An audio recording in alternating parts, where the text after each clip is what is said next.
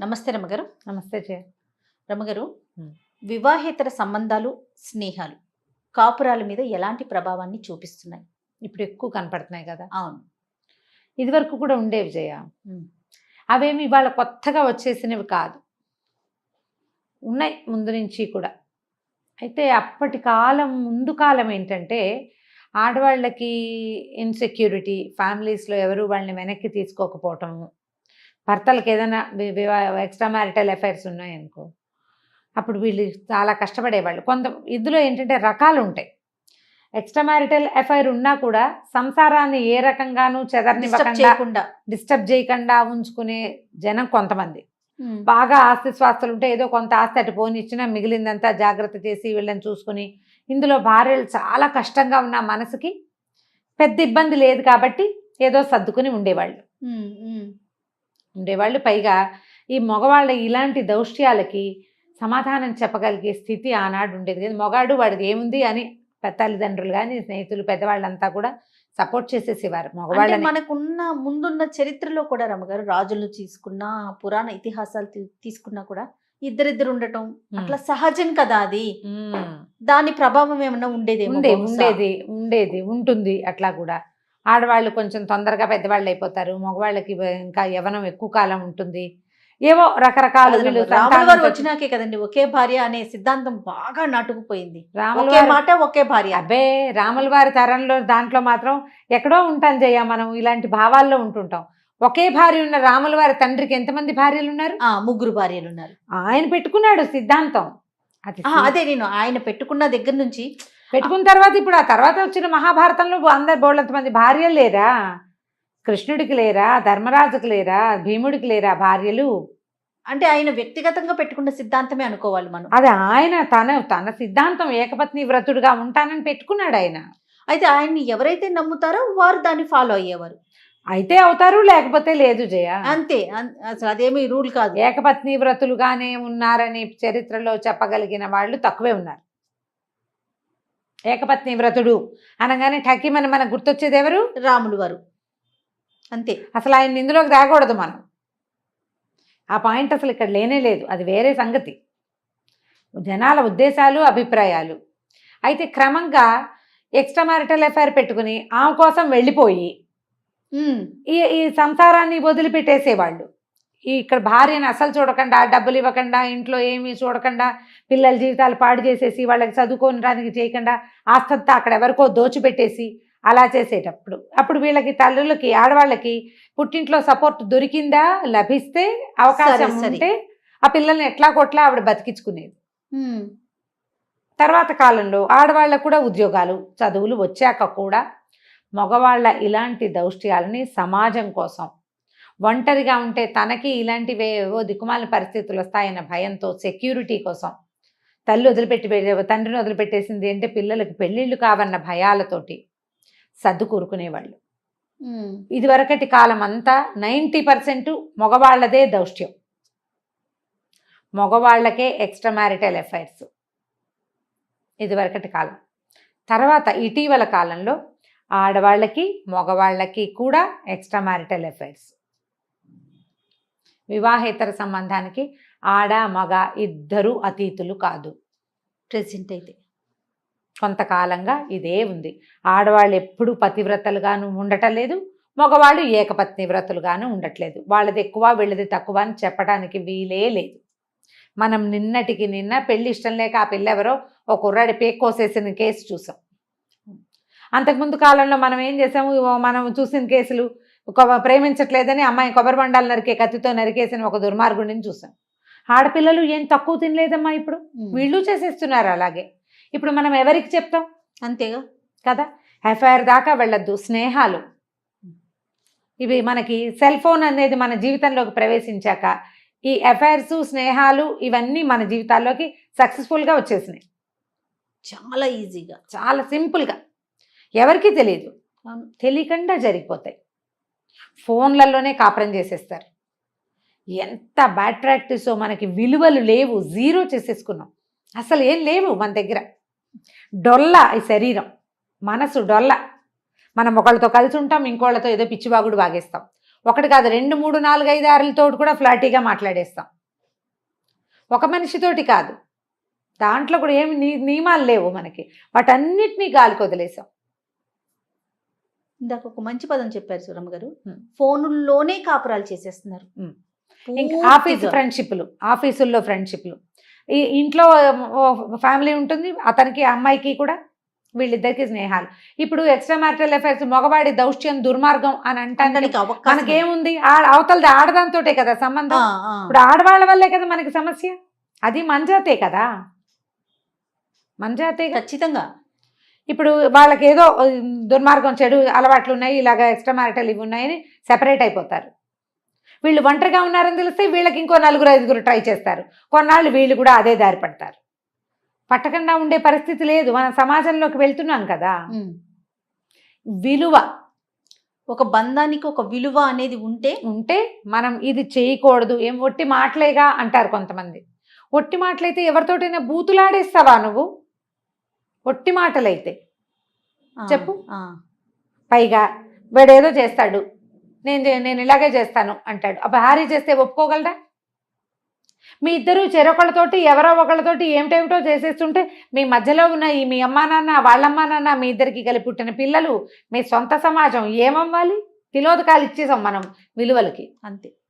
మొన్న ఒక కథ చదివాను జయ, శివల పద్మ గారు.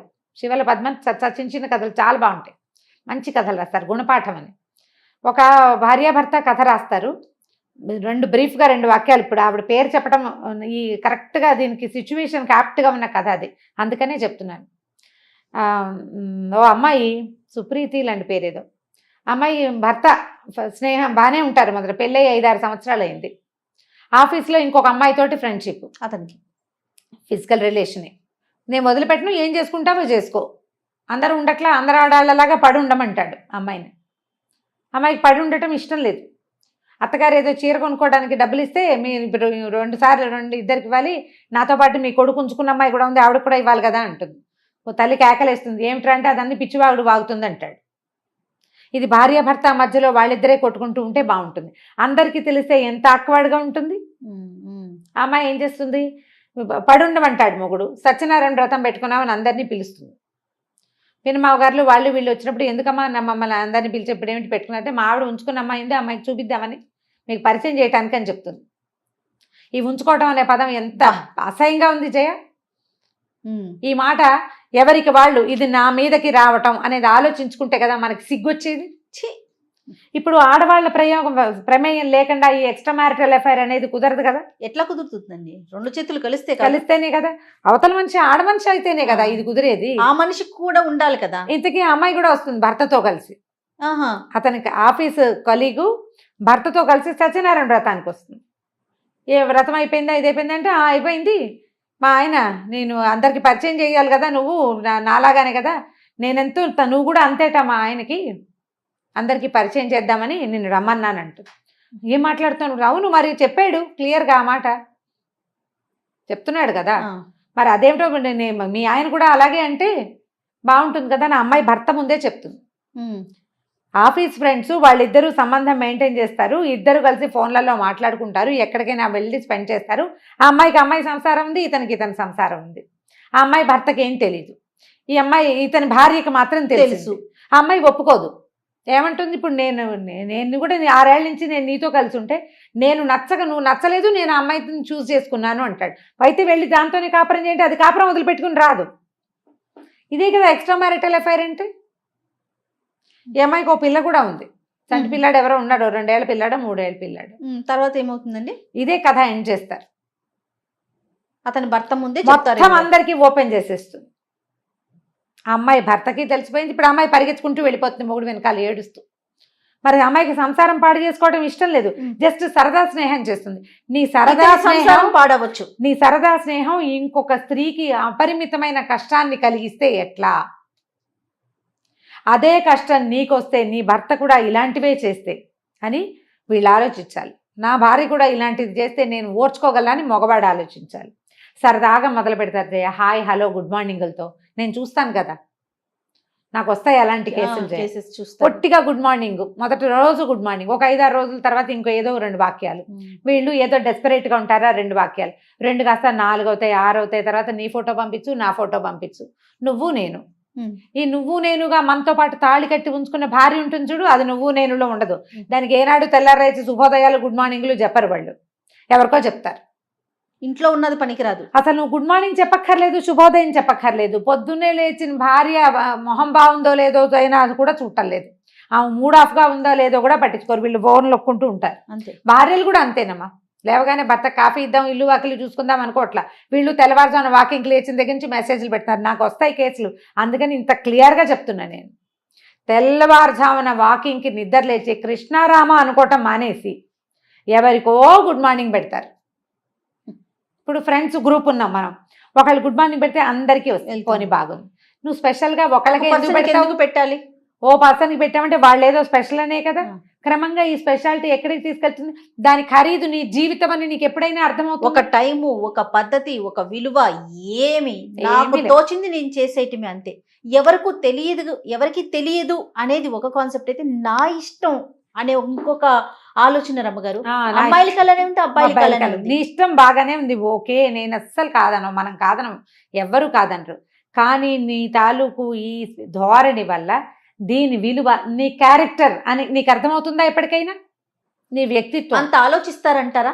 ఆలోచించే కదా పెట్టుకునే వాళ్ళు అంత ఆలోచిస్తారు. నాకంటూ ఒక క్యారెక్టర్ ఉంది, నేను ఒక మనిషిని, అన్నం తింటున్నా, మర్యాద, నాకు ఒక మర్యాద, అది రోజు నేను అన్నం తింటాను. ఇప్పుడు ఇది ఓపెన్ గా ఒకళ్ళ ముందు ఇది ఓపెన్ అయిపోతే, వీళ్ళిద్దరికి సంబంధం ఉంది అని నలుగురిలో తెలిసిపోతే నీకు ఓకేనా? తెలియజేయటం ఇష్టం ఉండదు. అలా తెలియకూడదు, అట్లా తెలిస్తే బాగుండదు, మర్యాద కాదు. అవి తెలియచేస్తే పెళ్ళాలని తిడతారు, వాళ్ళు చేస్తారు, వీళ్ళు చెప్పకూడదు, నోరు విప్పకూడదు. అది చాలా తప్పుగా తోస్తుంది. ఎంత దిక్కుమాలిన ఆలోచన విధానం అంటే ఇది. మనకు ఒక క్యారెక్టరు, దానికి ఒక విలువ, మన జీవితానికి ఒక మర్యాద, మనతో ఉన్న ఫ్యామిలీకి ఒక మర్యాద, మన పెళ్ళానికి ఒక విలువ, లేదా మన భర్తకు ఒక విలువ. నీకు ఇష్టం లేదు పెళ్ళి, నువ్వు ముందే ఎందుకు చేయవు? పోనీ వీడు నచ్చలేదు, ఏదో కుదరలేదు, ఎవరితోటో ఫ్రెండ్షిప్, వాడు నచ్చకపోతే ఇంకోటి, అది నచ్చకపోతే. జంతువులమా మనం? జంతువులం కాదుగా.